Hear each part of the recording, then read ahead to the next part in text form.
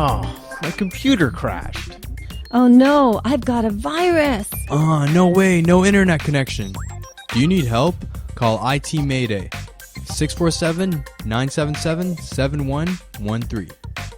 itmayday.com.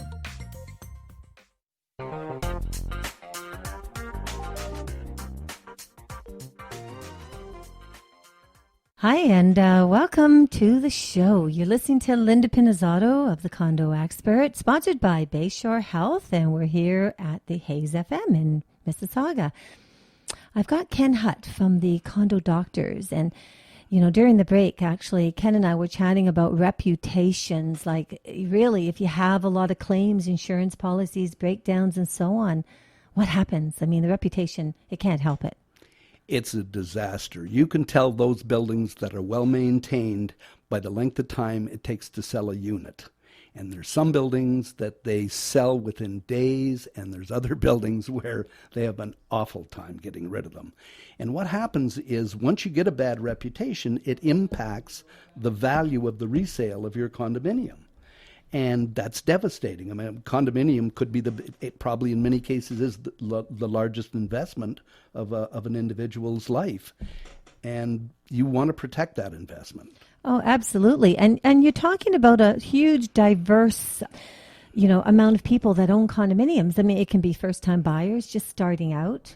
It could be people with families and children that eventually do want to move out of condo and, move into their own single-family home. And you've got seniors who are they're on strict fixed incomes. They can't afford bad reputation, certainly not major increases on maintenance fees because the building has not been maintained. So how does somebody fix the reputation afterwards? I think after the fact, it's difficult. I think that you have to do it up front. You have to make sure that you're doing the maintenance, that you've got a good record, that you've got a good management team, and you spoke about it, that you have a good property manager in there. And I think that is so essential.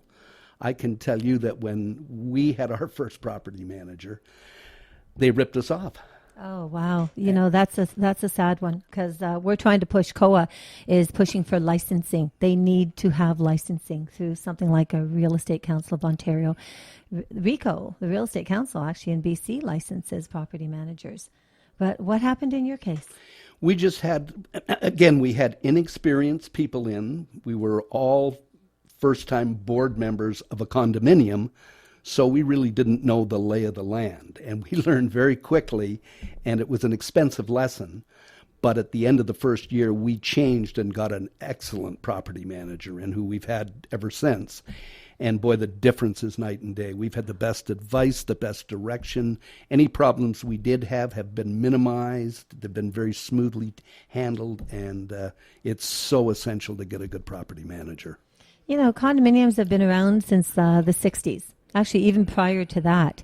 And, so you look at how many years, and even the Condo Act is 14 years old. A lot of these buildings are made of brick and mortar. And although now there's some controversy on the glass, the balcony, falling glass and so on, it seems like there's two different issues between the age and the way things are being constructed in the building codes. Yeah, they've changed substantially. And again, it's an important thing to look at a building and determine where it is in its life cycle, because that's going to impact everything from the reserve fund to, special expenses that may need to be, applied to that building or whatever. It's an interesting thing because right now we work a ratio. So if anyone out there, I want you, I'm gonna send out a test. Okay. Okay, the test is this. Okay, my email address is Linda, Linda, at Linda, Linda, Pinizzato, PINIZZOTTO.com.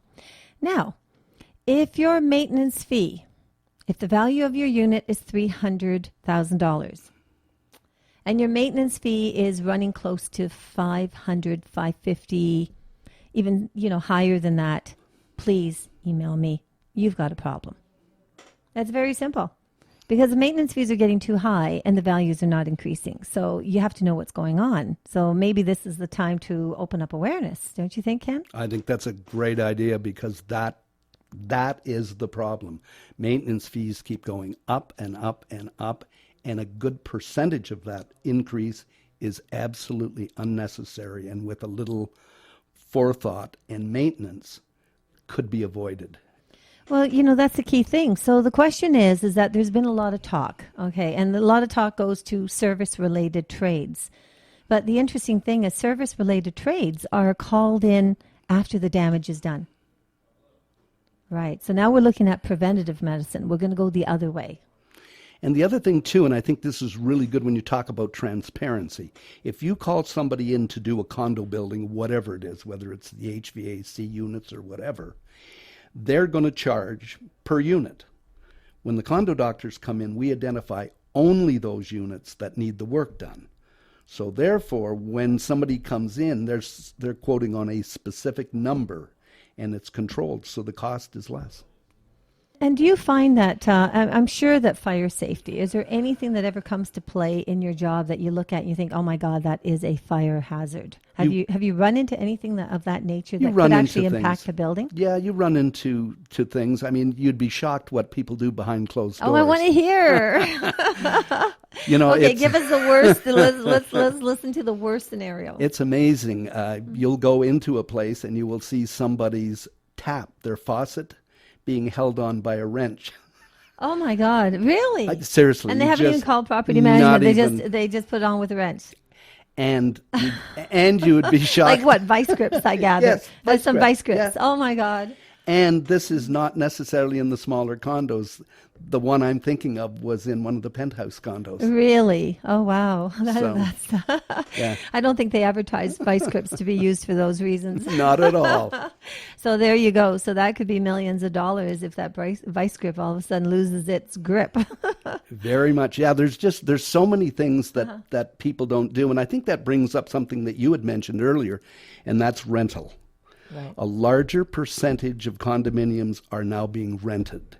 And a person renting does not have the same vested interest to report breakdowns. In fact, he may be leery of reporting it because he thinks it may increase the amount he's going to be charged. So that's even more important, that preventative maintenance is done in those, because it may never get done until it's a problem and impacts and affects everybody. So I have an interesting question, and it was only because I was dealing with somebody regarding power and electricity and so on. If somebody went into a unit, and even though all the light fixtures said 60 watt, but say everybody in the entire building, they got a sale, there was a sale out there, and they could put 100 watt light bulbs into each of these slots, but they're supposed to say 60. So what does that do to the building? Because I have to say I'm extremely curious about that. I would think it would overload and just blow the thing. The sockets. Yeah. The sockets. Yeah. So if so that's something to pay attention to. I mean, unless of course you're doing the energy efficiency ones, but even if you're doing energy efficient, if they're giving out the 100, even though the 25, I think that puts you way beyond already. Possibly. I'm not sure. It might just blow the fuse. That could be it. The fuse may go in that case. I've never run across that, but yeah. Yeah, well, it's interesting because we actually got an email on that. I had to think about it for a moment because I use all the energy efficiency ones. So, but it does stand to reason. If you have 300 people in a building doing that, that could be an issue. A big issue, I would think. Especially if it's if hydro is not sub-metered and the building is actually paying the hydro cost. Something to think about. Maybe all you property managers, board of directors should go out there and think about creating a corporate account. I'll tell you what, Condo Owners Association, we are interested in building a corporate account with a light fixture company. So please contact us and let's move forward and try to make these buildings a little safe on that side of things. Great idea. You're listening to Linda Pinizzato of the Condo Expert, sponsored by Bayshore Health and Wellbeing, and we're here at the Hayes FM in Mississauga, so hang tight, we'll be right back.